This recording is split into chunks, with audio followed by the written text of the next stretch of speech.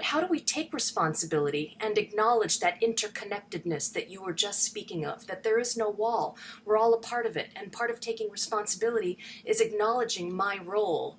How do you reconcile that in getting past the victim consciousness? Well, that's a complex question, in part because we only understand it through kind of a Western psychoanalytic tradition, and that's not really what it refers to. Those three admonitions were given by Maizumi Roshi, and they're really about just how to get out of your own way. How to get out of your own way. We don't want to talk about, we don't deny, nobody takes away your memories. We never deny the past, you know. In fact, that's the admonition. First is don't deceive yourself. Don't tell stories. In this moment right here now, how is it? Who are you? And very often you'll see, oh, where is that, the retreat that we take, the step back that we take from how things are right now to a story that we tell about something else. You know, we have these stories and these narratives. We all have them. We have to be careful that we don't use them as shackles to keep us from seeing clearly the now and what's here now. So don't deceive yourself, is the first admonition. The second one is stop making excuses for yourself. Ultimately, see, what we have to recognize is that we're the only one living our life. Nobody else is living your life. You have potential and possibility. Anything can happen. But as long as we hold on to a very narrow, well-rehearsed script, and we identify so closely with something that happened so long ago, we could well be said to be not even alive. And then the part about taking responsibility means really you yourself have a choice in every moment. You can face forward, go straight forward, take a step into the next moment, or you can not do that. The fact is that we have institutions and systems in place that really value, esteem, and enhance, prolong, and promote victimhood. We all suffer. We all suffer. So do we want to continue to suffer? Or would we like to settle? Would we like to move ahead? There's a Zen koan about this very thing. And it's Bodhidharma who actually brought Zen from India to China in the 3rd century. And so he came to share this teaching.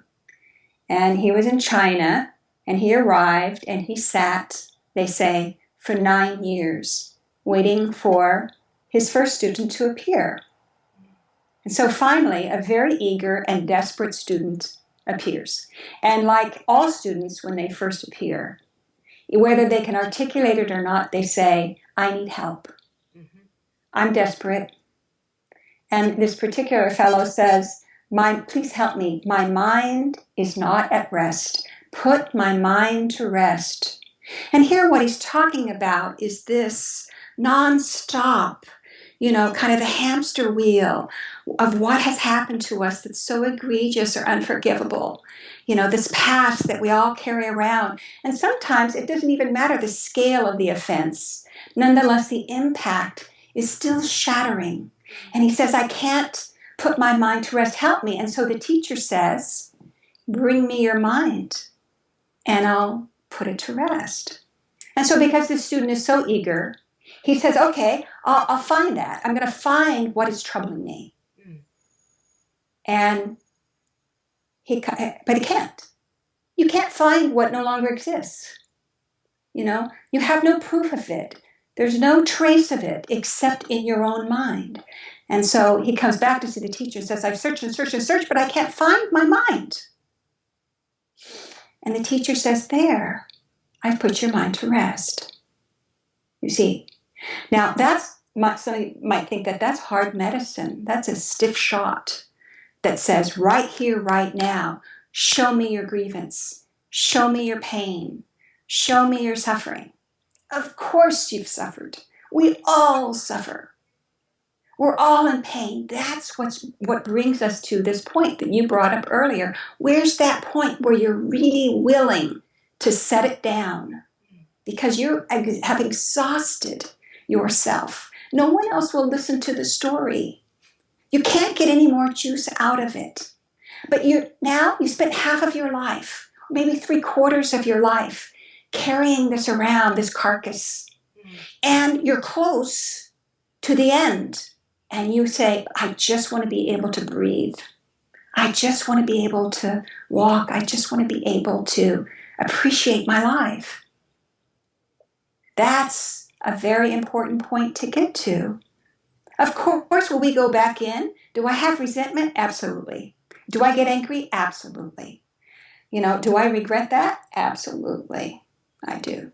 But I recognize what I do, and I know that I can set things down and start over, moment after moment after moment after moment. Will that be better? Absolutely.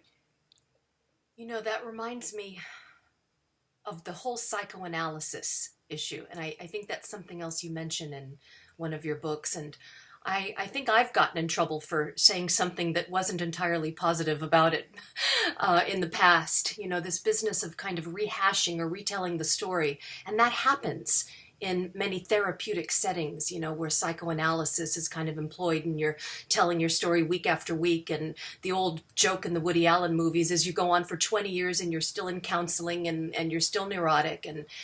And yet, whether or not I got in trouble for saying what I thought to be the truth, what is that the problem with psychoanalysis? Why is it enough, or is it just not enough? Is it because you're just rehearsing the stories you tell yourself?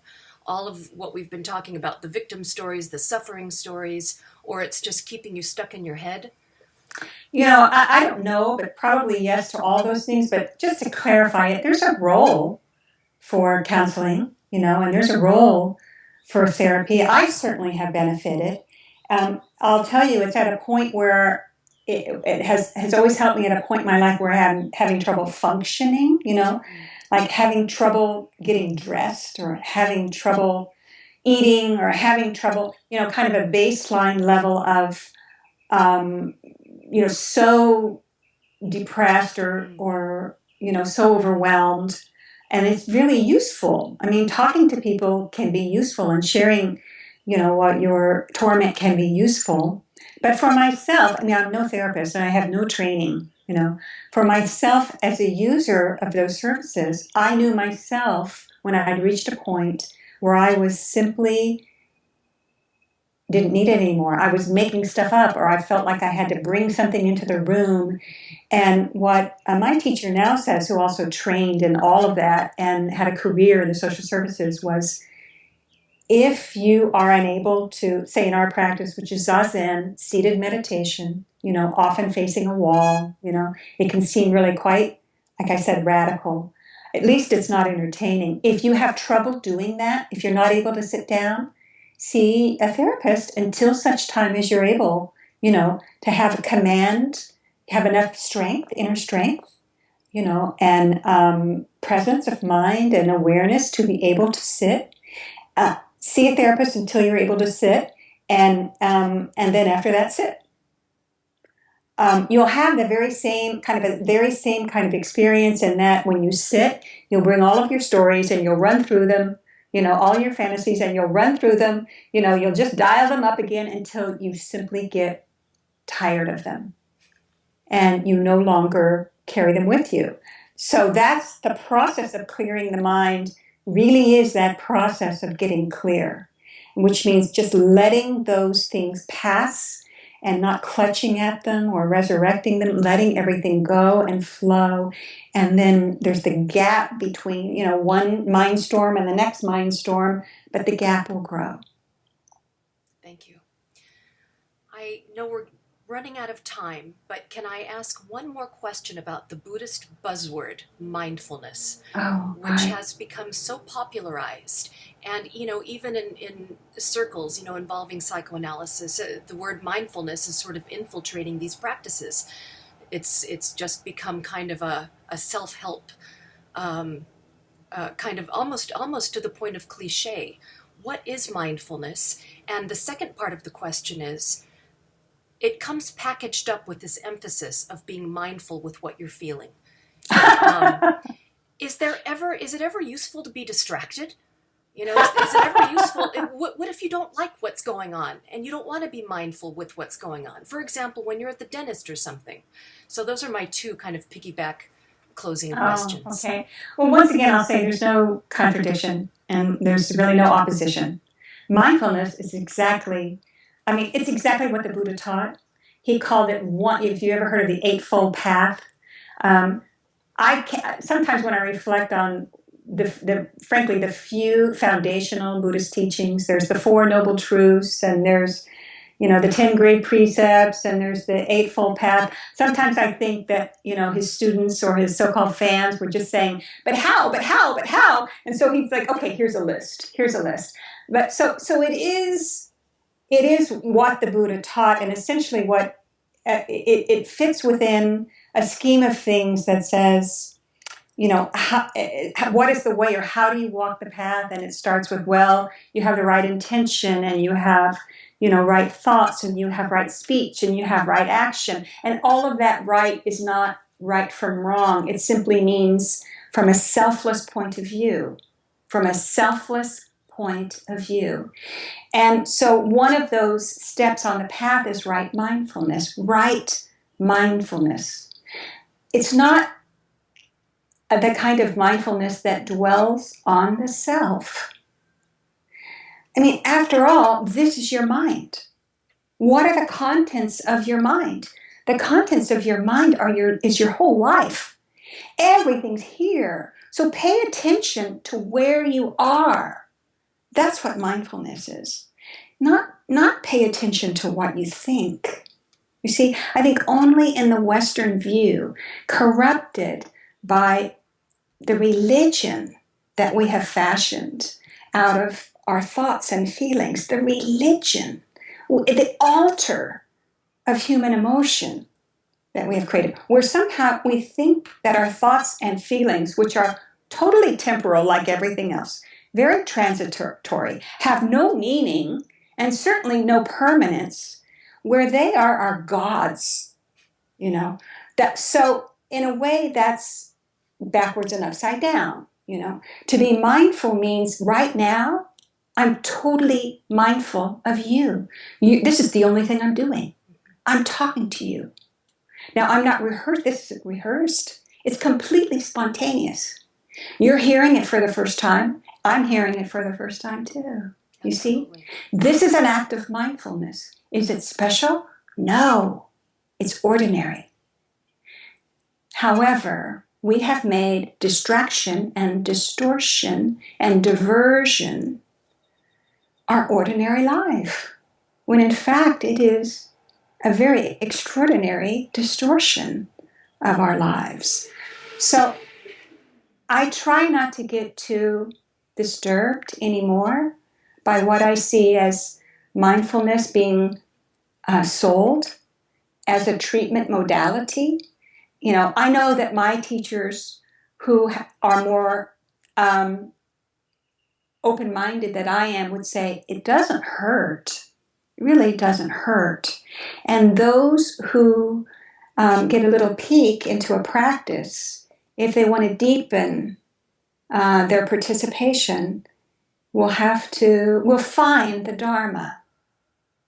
I suppose by distraction, let me elaborate just for a moment. For example, there are some teachers who would say things like reach for the better feeling thought. because we can choose, to feel good, and sort of making a choice to think about pleasant things is a healthy thing to do.